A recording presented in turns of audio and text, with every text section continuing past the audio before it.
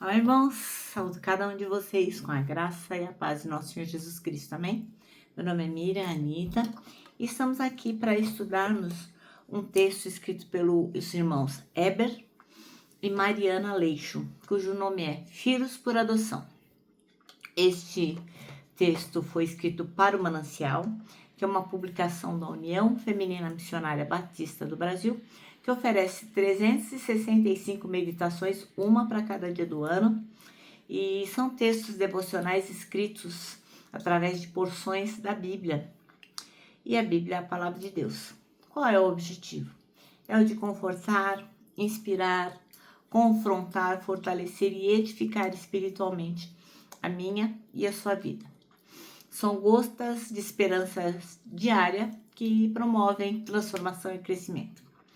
Vocês sabem, eu não escrevi o texto, quem escreveu foi o irmão Eber e a irmã Mariana Leixo. O que eu vou fazer? Vou ler com os irmãos e contar aquilo que eu entendi. Lembrando que eu não tenho nenhuma formação teológica, então tudo que eu falo aqui ou é fruto de pesquisa, ou é fruto da minha cabeça, enfim, é o que eu aprendi por aí, mas eu não fui na escola de teologia para aprender, então eu peço que vocês aí considerem essa informação, leiam com atenção, leiam a porção bíblica para tirar suas próprias conclusões, tá bom?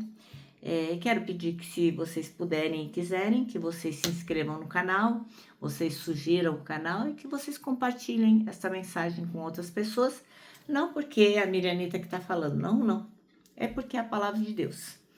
E a palavra de Deus, nós sabemos, nunca volta vazia. Tá bom? Então vamos orar e pedir ao Senhor que nos mostre aquilo que realmente precisamos aprender. Ó Deus, nós te agradecemos por tu nos tornarmos filhos por adoção, mas filhos. Muito obrigada, Senhor, que nós possamos realmente ser membros dessa família da fé de uma forma que o Senhor se orgulhe de nós. Obrigada pelo seu sacrifício na cruz. Obrigada, Jesus. E é em teu nome que oramos. Amém. Bom, irmãos, então nós vamos ler hoje Efésios, primeiro capítulo. Nós vamos ler os versículos 3 até o 8. E o que nós vamos aprender? É uma mensagem bem poderosa, né? Quando o irmão Paulo, o apóstolo Paulo, escreve sobre a bênção espiritual em Cristo, e destaca que a gente foi escolhido e adotado como filhos de Deus. Então, o que essa mensagem traz? Bom, primeiro, lembrar que Deus nos abençoou com todas as bênçãos espirituais, e isso foi antes da criação do mundo. Ele nos escolheu para sermos santos e irrepreensíveis diante dele em amor, que no seu plano eterno ele nos predestinou para sermos filhos por adoção através de Jesus Cristo, que tudo isso é para o louvor da glória dele, e tudo nos foi dado de graça por Jesus Cristo, pelo sacrifício dele na cruz, e que nele nós temos a redenção pelo sangue que ele derramou lá. Para quê? Para que os nossos pecados fossem perdoados, e lembrando que essa graça, esse amor foi derramado em nós assim de uma forma muito grande, muito abundante, e com sabedoria e entendimento. Qual é a reflexão desse texto? Que ser filho por adoção significa o quê? Que a gente não era naturalmente parte da família de Deus, mas ele, no seu grande amor, nos recebeu como filhos legítimos. A adoção espiritual nos dá uma identidade. Agora a gente é filho amado. Olha que maravilha, né? Essa é a nossa identidade agora. E nós temos uma herança, que é a participação nas promessas de Deus. E temos também a segurança. Nada pode separar a gente do amor de Deus. Então, o irmão Paulo, o apóstolo Paulo, vai mostrar que isso não depende daquilo que a gente faz, das esmolas que a gente faz, não depende de quanto a gente é bonzinho, de quanto sacrifício fazemos pelo outro, não. Mas depende da graça, grande graça, abundante graça que Deus derrama sobre nós, através de Cristo Jesus. E qual é a aplicação para a nossa vida? Que a gente pode viver com confiança, porque Deus escolheu a gente e chamou a gente de filho. Olha que maravilha, né? Então, a adoção traz liberdade, não libertinagem. Traz liberdade. A gente não é mais escravo do pecado, mas nós somos agora herdeiros da promessa. E a resposta prática é o quê? É viver com gratidão, viver com louvor, refletindo a nossa identidade de filho amado em cada passo que a gente dá no dia a dia, tá bom? Então, vamos ler aqui Efésios 1, de 3 a 8. E diz assim, ó. Agradecemos a Deus Pai, do nosso Senhor Jesus Cristo, pois Ele nos tem abençoado por estarmos unidos com Cristo, dando-nos todos os dons espirituais do mundo celestial.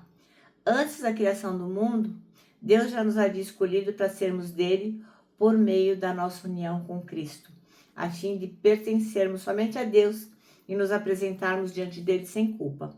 Por causa do seu amor por nós, Deus já havia resolvido que nos tornaria seus filhos por meio de Jesus Cristo, pois este era o seu prazer e a sua vontade.